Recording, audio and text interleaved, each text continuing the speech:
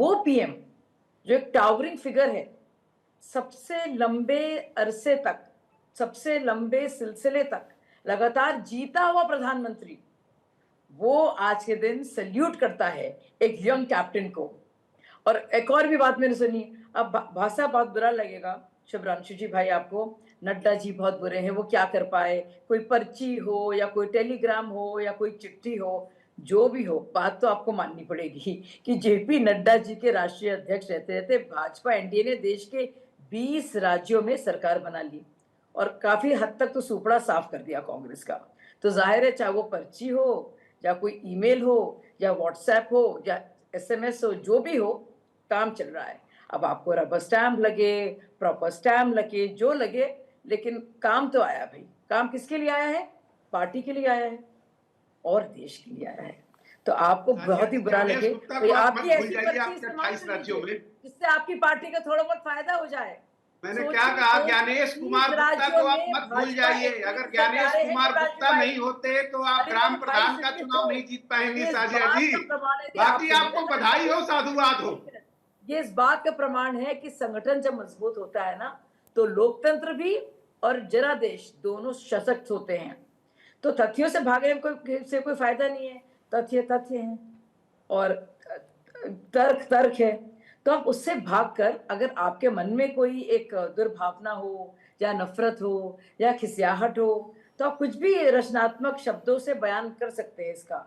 लेकिन जो दुनिया देख रही है और आपकी पार्टी में भी लोग देख रहे होंगे और अंदर अंदर आप भी वो महसूस कर रहे थे, जो जिसका आप इल्जाम लगा रहे हैं पूर्णिमा को कि आप भी जानती हैं, तो मैं भी आपसे कहूं कि आप भी जानते हैं शुभ्रांशु भाई, आप भी जानते हैं कि दिल का क्या हाल है और क्या आप भी सोच रहे हैं। और आपको भी दिल करता है सल्यूट करने को ऐसे हमारे नए कैप्टन को जो चुने गए हैं, और वो प्रधानमंत्री जो इतनी विनम्रता से बाकायदा उनको कामयाबी देता है, शुभकामनाएं देता है और उनको बॉस कहता है। ठीक है, तो भाई ये वक्त है। और वो बॉस क्या कहता है वो भी तो सुनिए। मतलब मैं मतलब जो भी राजनीति को स्टडी करता आया है, मैं तो हिस्सा उसके बहुत दिनों बाद बनी, लेकिन कवर तो करती थी पूर्णिमा जैसे कर रही हैं। अब आप ये सोचिए शुभ्रांशु भाई, वो एक तो वो पीएम जो क्या कह रहा है, और ये देखिए 45 साल के हमारे नितिन भाई अध्यक्ष बनते हैं और कहते हैं मैं त्याग के लिए आया हूं। मतलब इट्स बिग डील। ये बहुत बड़ा दिन है आज के लिए, भारतीय जनता पार्टी के लिए और देश की राजनीति के लिए। और नेताओं को अपने अस्तित्व पर और अपने वजूद की वजह की समीक्षा करने के लिए कि हम हैं क्यों यहाँ पे, हम क्यों लाए गए हैं। तो ये है, देखिए राज के अलावा नीति, वो नीति आप देख रहे हैं। और मुझे मैं बहुत उस मौके का हिस्सा होकर, जो उसकी जो रौनक को देखकर और काफी बहुत ही प्रभावित हुई। ठीक है, और मुझे लगता है और भी ऐसे लोग होंगे।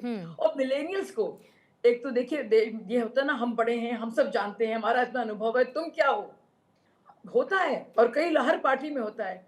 लेकिन यहाँ पे मिलेनियल के रोल को, एक युवा के रोल को रिलेटिवली अगर कहा जाए तो वो क्या कुछ हुआ है। आइए, जमाना किसका है? एआई का जमाना है, फिनटेक का जमाना है, स्टार्टअप का जमाना है, नया भारत है, तो नया अध्यक्ष होगा। उम्र का फर्क पड़ता है। ठीक तो है, लेकिन शाजिया, बीजेपी को लेकर फिर से कांग्रेस ये कहेगी कि देखिए बीजेपी तो सिंबलिज्म में माहिर है, बस एक पॉलिटिकल मैसेज देती है, रिमोट कंट्रोल किसी और के पास है। और आपकी बातें सुनकर अखिलेश कटियार साहब भी मुस्कुरा ही रहे थे। मैं थोड़ा 2 सेकंड रिप्लाई करना चाहूंगा। बोलिए। इतना गम है इंसान को, इतने गमगीन है कि मुस्कुराना पड़ना हो रहा है। सोच भी रहे हैं कि हम लोग अब मुस्कुराहट में दर्द है या उम्मीदें हैं? मतलब उम्मीदें हैं कि अभी पूरी नहीं हुई, आगे हो जाए, ये तो अखिलेश साहब ही बताएंगे। लेकिन उससे पहले शुभ्रांशु भाई सोच रहे हैं और अखिलेश भाई सोच रहे हैं हम लोग कहाँ फंस गए। ये है पार्टी।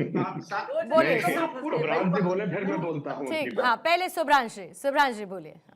पूर्व पत्रकार साजिया ने शब्दों की बड़ी अच्छी माला जपी, जिसमें इन्होंने एक लफ्ज यूज किया, वजूद की समीक्षा होनी चाहिए।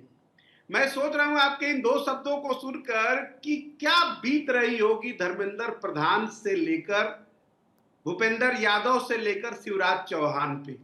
वजूद की समीक्षा तो बिल्कुल होती है मैडम। एक दूसरा, साजिया बोलूं फिर जवाब दीजिएगा ना। अरे आप दुनिया के सबसे बड़े मतलब पार्टी की प्रवक्ता है, दीजिएगा। ये तो हंसता खेलता माहौल है।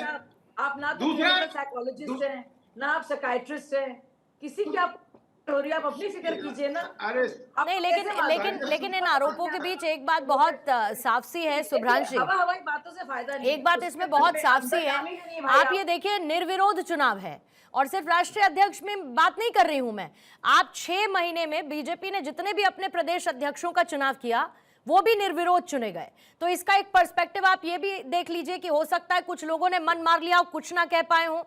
इसका एक पर्सपेक्टिव आप ये भी देख सकते हैं कि एक नाम पर सहमति बनते हुए एकता का संदेश भी पार्टी ने दिया। अब देखने का नजरिया है कि इस पर आप क्या देखते हैं? मतलब ये होता है कि पार्टी में डेमोक्रेसी नहीं है। जब हंटर चलता है ना सर्कस का, जब हंटर चला जिसके नाम की पर्ची निकली वो पद पर आसीन सुभ्रांशु जी, डेमोक्रेसी की फिर आप बात करेंगे तो फिर बहुत पुरानी बातें निकालनी पड़ेंगी।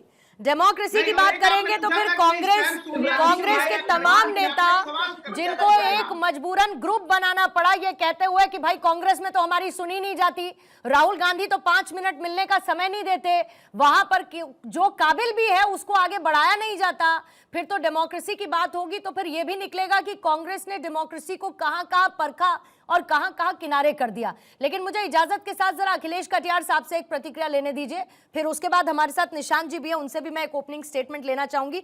कटियार साहब देखिए, हर कोई ये सोच रहा है कि हमारी पार्टी में ऐसा अभूतपूर्व परिवर्तन कब एक कार्यकर्ता को लगेगा जो जमीन पर आपके लिए दिन रात मेहनत कर रहा है। और अखिलेश कटियार साहब, जिक्र करूंगी, शाजिया जी चाहें तो उसको करेक्ट और इनकरेक्ट बता सकते हैं। 2016 का वक्त है और उस वक्त बड़े कार्यक्रम आयोजन हो रहे थे, यूथ बीजेपी का भी एक आयोजन हो रहा था, उसमें भीड़ को हटाने का काम करने वाला कोई और नहीं बल्कि नितिन नवीन थे, जो आज राष्ट्रीय अध्यक्ष पद पर बैठे हुए हैं।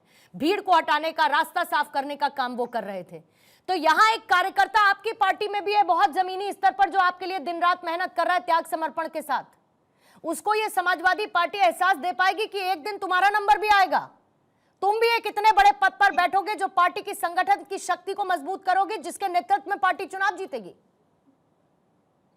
नहीं पूर्णिमा जी, आप सबको मेरा नमस्कार। और साजिया जी ने जो बातें कही, सबसे पहले तो मैं बहुत यंग और एनर्जेटिक आपने राष्ट्रीय अध्यक्ष नॉमिनेट किया है, उसके लिए मैं आपको बहुत बहुत बधाई देता हूं। और ये बात जो आ गई है कि कितने प्रत्याशी थे, कौन और बनना चाहता था, उस मुद्दे और उस बहस पे हम नहीं जाते जी। लेकिन पूर्णिमा जी, आज कितना अच्छा लगता, आज बीजेपी अपने सबसे स्वर्णिम दौर से गुजर रही है। आप दुनिया की सबसे बड़ी पार्टी होने का दावा भी करते हैं। कम से कम इसी बार बात ये हो जाती कि कोई महिला राष्ट्रीय अध्यक्ष होती तो हम लोग कितनी अच्छी बात करते कि चलिए आज भाजपा ने तय कर दिया कि भाजपा महिला विरोधी और उसने किसी महिला को एक अध्यक्ष चुना। हमारे प्रधानमंत्री पूर्णिमा जी कहते हैं कि हम ओबीसी हमारी प्राथमिकता में है, हम उसकी साधना करते हैं।